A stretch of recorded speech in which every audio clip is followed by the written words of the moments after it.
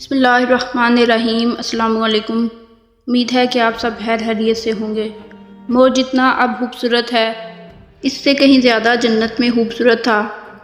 مور کی خوبصورتی پہ سبھی پرندے فدا تھے، لیکن ان سب خوبیوں کے باوجود مور سے ایسی کون سی خطا ہو گئی تھی جس سے اللہ تبارک و تعالیٰ نے مور کو جنت سے نکال دیا۔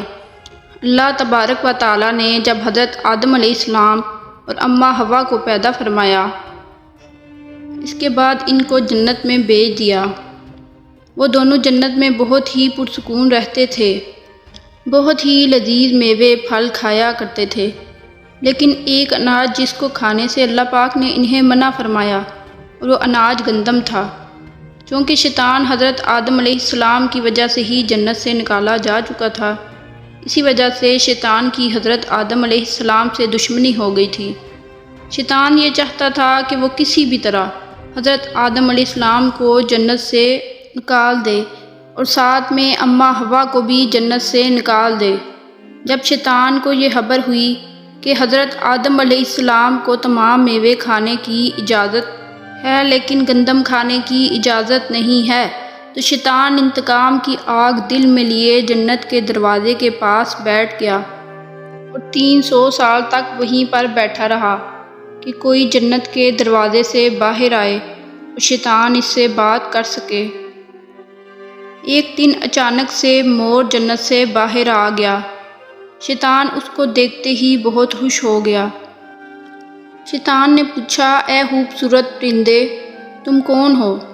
مور بولا، میں مور ہوں، اب تم اپنا تعارف کرواؤ۔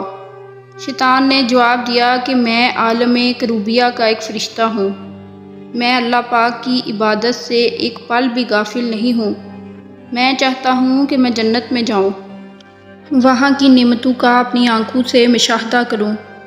شیطان مور سے کہنے لگا کہ تم مجھے جنت کے اندر لے جاؤ، میں تمہیں 3 ایسی باتیں بتاؤں گا جس سے تمہیں ابدی زندگی حاصل ہو جائے گی، تمہیں بڑھاپا اور بیماری نہیں آئے گی، تم ہمیشہ جنت میں ہی رہو گے۔ شیطان کی یہ باتیں سن کر لالچ میں آ کر مور نے کہا کہ مجھ میں تو اتنی طاقت نہیں ہے کہ میں تمہیں جنت کے اندر لے جاؤں، لیکن ایک سانپ میرا دوست ہے، وہ شاید تمہاری مدد کر سکے۔ یہ کہہ کر مور سانپ کے پاس آیا، اس کو ساری بات بتائی۔ سانپ بھی شیطان کی باتوں سے بہت خوش ہو گیا، پھر شیطان کو اپنے منہ میں چھپا کے جنت میں داخل ہو گیا، اور یوں شیطان اپنی چال میں کامیاب ہو گیا۔ جنت کے تمام نگہبانوں کو یہ معلوم تھا کہ شیطان یہ چال چل رہا ہے اور جنت میں داخل ہو چکا ہے۔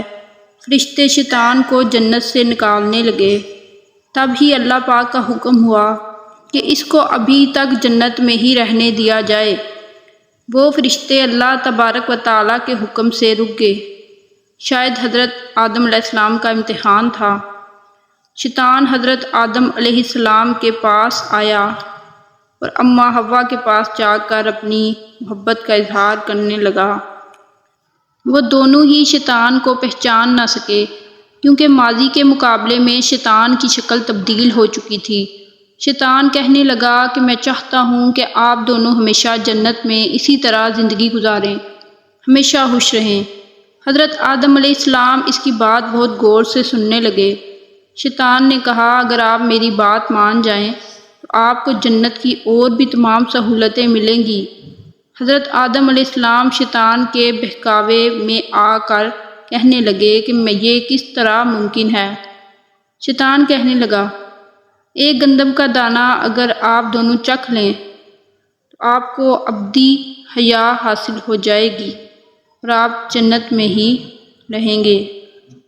یہ بات سن کر حضرت آدم علیہ السلام کے دل میں رجحان پیدا ہوا، لیکن ان کے دل میں اللہ کی نافرمانی کا خوف غالب آ گیا۔ جبکہ اماں حوا شیطان کی باتوں میں آ گئیں، جس پر اماں حوا نے حضرت آدم علیہ السلام کو راضی کر لیا۔ پھر اس کے بعد ان دونوں نے اس گندم کے دانے کو چکھ لیا۔ جیسے ہی گندم کا دانہ ان کے اندر گیا تو دونوں کے ستر واضح ہو گئے، جس کے بعد دونوں اپنے اپنے ستر چھپانے لگے اور خوف خدا سے کانپنے لگے۔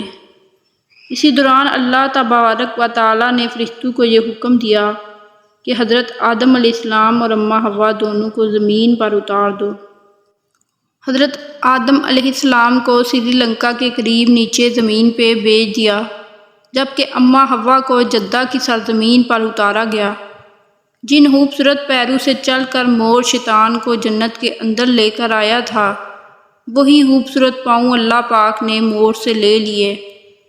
سانپ جو اپنے منہ میں شیطان کو چھپا کر لایا تھا، اس کے منہ کی خوبصورت خوشبو کو چھین کر اس میں زہر ڈال دیا۔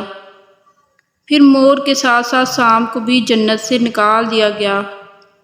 اسلامی واقعات اور مزید ایسی ویڈیوز اور دلچسپ واقعات کے لیے میرے چینل کو سبسکرائب کرنا نہ بھولیں اور کمنٹ سیکشن میں اپنی رائے کا اظہار ضرور کیا کریں۔ شکریہ۔